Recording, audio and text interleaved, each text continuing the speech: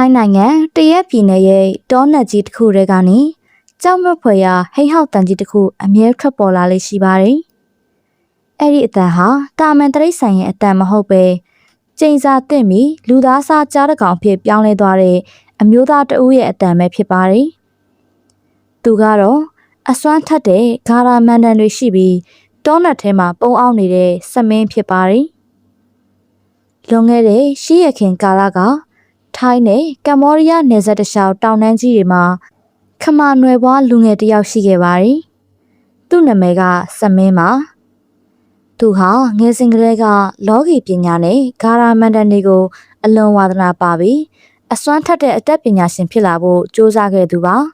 ။စမင်းဟာသူ့ရဲ့ပညာတွေကိုဒီထက်မကပိုမိုကျွမ်းကျင်နေတဲ့အတွက်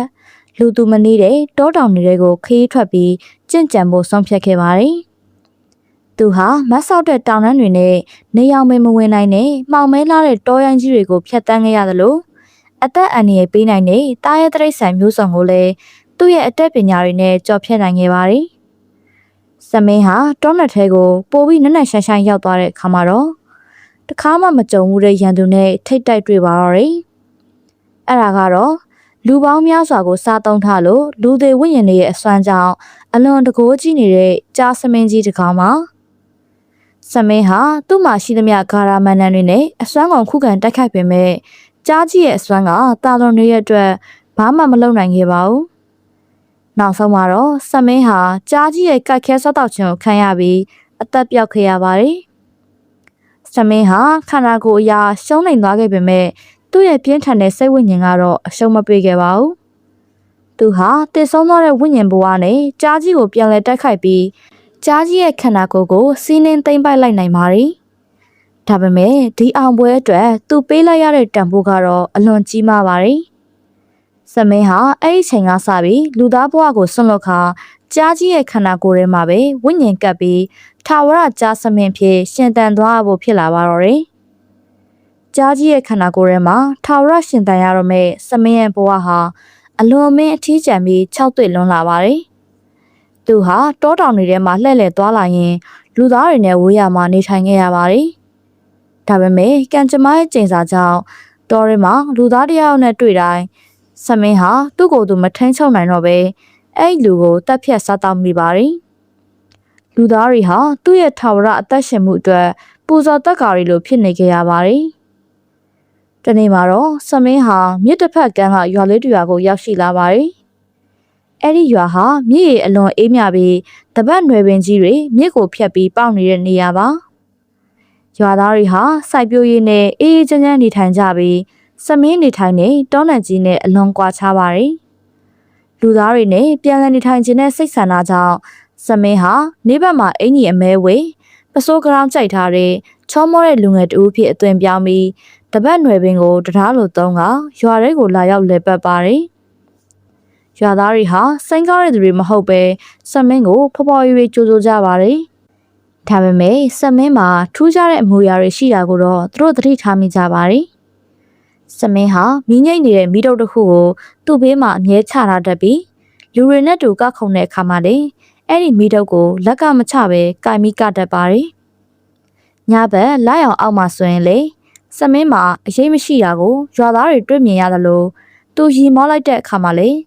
တာမန်လူထက်အစာပေါင်းများစွာကျေလောင်တဲ့အတန်ကြီးထွက်ပေါ်လာတတ်ပါတယ်။ဒါအပြင်စမင်းရဲ့ကိုယ်ကနေပြင်းထန်တဲ့အနံ့အသက်ဆိုးတွေထွက်ပေါ်နေတတ်ပြီး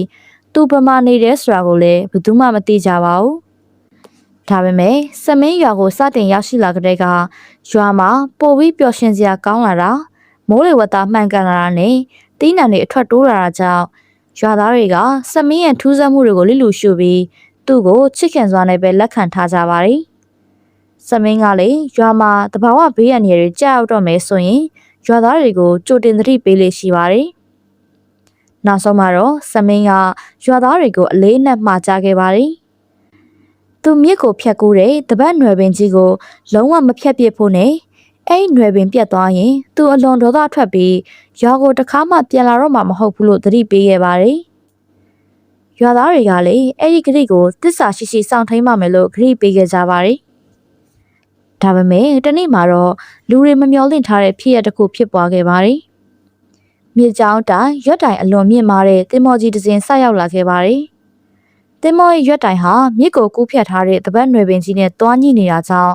တင်မော်ကရှေ့ဆက်သွားလို့မရပဲဖြစ်နေပါတယ်။တင်မော်သားတွေကအကျိုးအကြောင်းမသိပဲအဲ့နွယ်ပင်ကြီးကိုဓာတ်နဲ့ခုတ်ဖြတ်ချလိုက်ပါတော့တယ်။နွယ်ပင်ပြတ်သွားတာနဲ့တပြိုင်နက်တရွာလုံးမှာကောင်းဝင်ကြီးမှောင်မဲသွားပြီးပြင်းထန်တဲ့မုန်တိုင်းတွေကြောက်ရောက်လာပါတော့တယ်။မြစ်တစ်ဖက်ကန်းကတစ်ပင်ကြီးပေါ်မှာအင်ကြီးအမဲဝတ်ထားတဲ့အမျိုးသားတဦးဒေါသတကြီးရပ်နေတာကိုမြင်တွေ့လိုက်ရပြီးတတော်လုံးတုံဟိန်းသွားအောင်ဟိဟောက်တန်ကြီးထွက်ပေါ်လာပါတယ်။မကြခင်မှာပဲလေပြင်းတွေတိုက်ခတ်လာပြီးမြစ်ထဲမှာလှိုင်းကြီးတွေထလာကတင်းမောကြီးကိုဝါမြူသွားပါတော့တယ်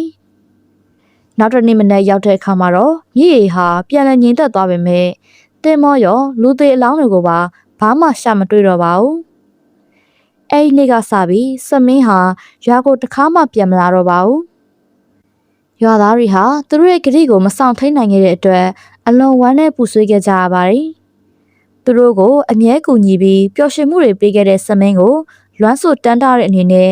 မြေကမ်းနှစ်ဖူးမှာနတ်စင်လေးတစ်ခုတိစောက်ခဲ့ကြပါတယ်။အဲဒီနောက်စမင်းရဲ့ဝိညာဉ်ကိုနတ်စင်မှာစံပယ်ဖို့ပူဇော်ဝဲတွေပြုလုပ်ပြီးဖိတ်ခေါ်ခဲ့ကြပါတယ်။အဲဒီနေရာကနေစပြီးစမင်းနမင်းကြီးနတ်စင်ဆိုတာပေါ်ပေါက်လာခဲ့ပြီးလူအများကကြည်ညိုအားကိုးရာနေရာတစ်ခုဖြစ်လာခဲ့ပါတယ်။ဒီဒဏ္ဍာကြီးဟာထိုင်းနိုင်ငံတရက်ပြည်နယ်က